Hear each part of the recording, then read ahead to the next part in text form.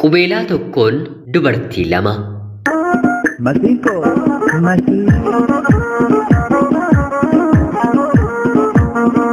Yooyyaa ashamaa akkam jirtu kabajamtootaaf hordoftoota qophii Oromiyaa 24. Nagaaf jaalalli tokkummaan bakka jirtan hundaatti hunda keessaniif yaa ta'u jechaa guyyaa irraallee seenaawwan nama barsiisan keessaa tokko isiniif qabadheen dhiyaadheeraatii hanga xumura qophii kanaatti laayikii fi sheer akkanumallee sabskiraayib gochuun na waliin tura. Seenaan kun keessumattuu dubartootaaf hedduu waan barbaachisuuf qalbii qoddaa caqasaa kanan jedhu ani gammachiista shoometii kallachumaan gara seenaa kanaatti. Masiko,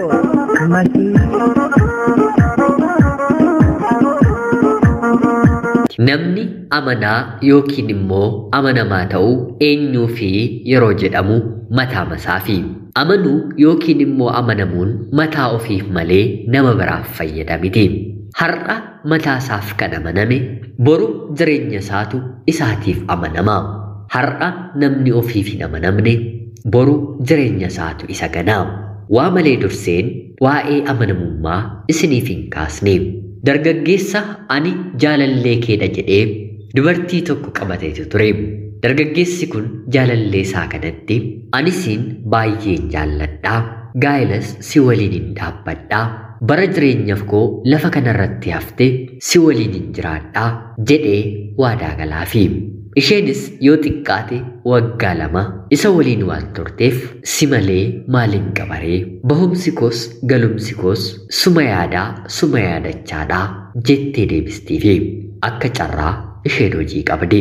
Bifa kanaan otoo jiranii guyyaa tokko koottu sarpiraayiziin si godhaa jedhee manaa qabatee deema.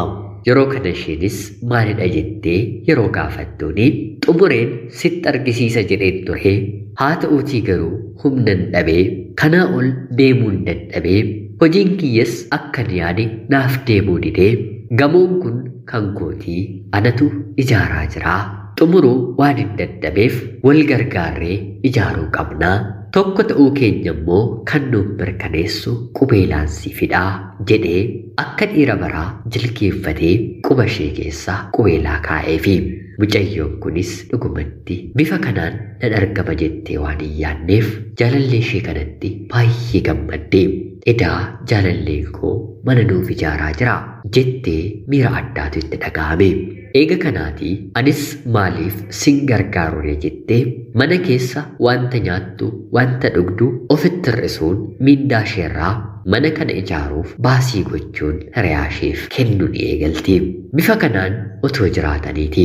Kanaan booddee mana kana xumuruu waan hin qabuuf biyya garaagaraa hojii garaagaraa bakka argadhee deemeen hojjechuun qabaa jedhee jaalallee isaa amansiisa.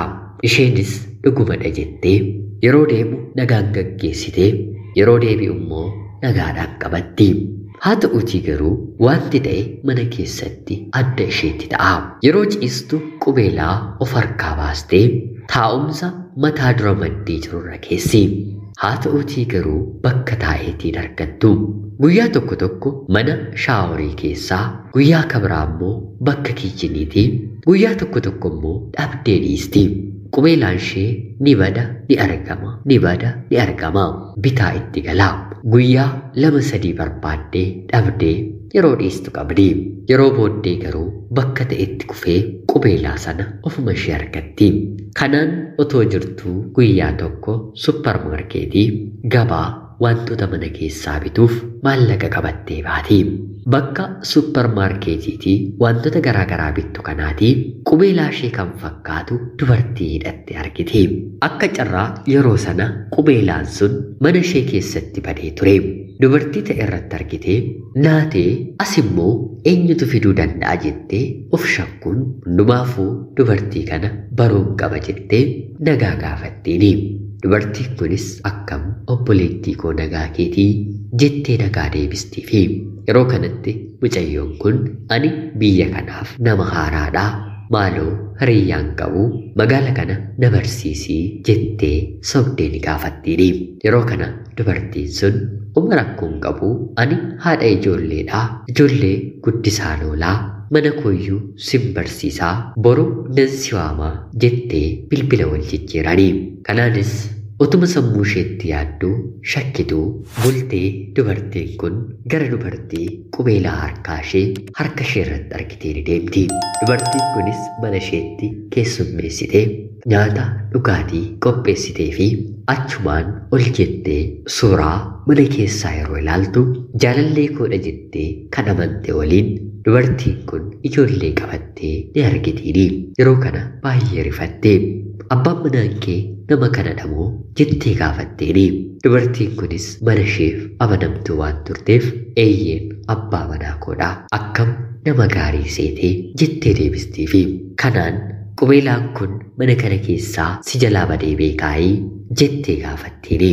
Yeroo kana haati manaa kun eeyyeen akkamitti baruu dandeesse jettee deebistiifi kanaan icciitiin nama kanaa gadi bahee haati manaan baay'ee aartee haadha ijoollee isaa manatti dhiisee dubartii kanaatiin goyyomsaa tureera. Kanaan haati manaan guyyaama sana aartee furtuu mana keessa jiraattuu jijjiirtee mucayyoo kana qabattee ijoollee ishee waliin haadha ishee bira deemtee waan ta'es erga argitee naannoo torbee tokko erga sammuu ishee boqochiistee booda dubartiin jaalallee isaa turte mana hoo waliin ijaaraa jirtu jettee gaafatteeni.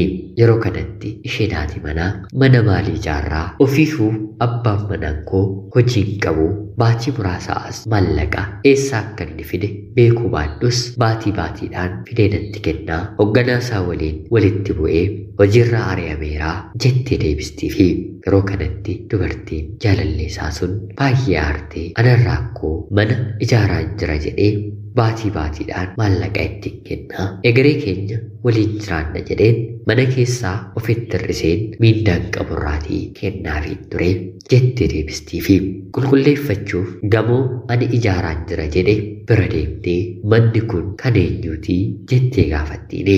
Yeroo kana isaanis abbaa isaa itti argisiisanii gonkumaa maqaa jaalallee ishee akkam beekne sitti himanii. Edaa kan koodha jedhee kan itti argisiise gamoo calluma jedhee nama biraatiin ijaaramaa jiru kan koodhaa egeree keenya mana kana keessa jiraannaa jedhee itti argisiisee tureera. Kanaan baay'ee aartee haati manaan gara mana isheetti deebitee nama kana waliin waliigte. Dubartiin kunis hariiroo jaalalaa ishee nama kanarraa adda kutte.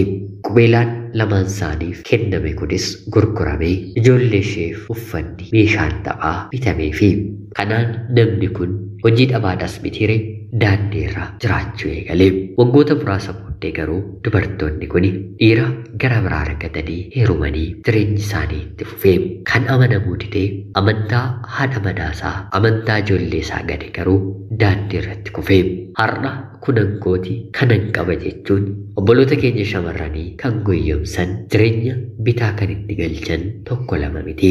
Gadi fageenyaan waa'ee eenyummaa keenyaa waliin beeknu taanaan dursa hariirootti otoo hin seeniin onneen ofii otoo hin miidhamiin kana hunda beekuun dirqamadhaan dhaamsa qophii Oromiyaatu yuunifoor guyyaa har'aati. Hanga yoonaatti yeroo keessan naaf kennitanii dhaggeeffachaa turuu keessaniitiif guddaa galatoomaa jechaa qophii gara biraatiin hanga walitti deebinutti bakka jirtan maraan turtii gaarii. Masiiko.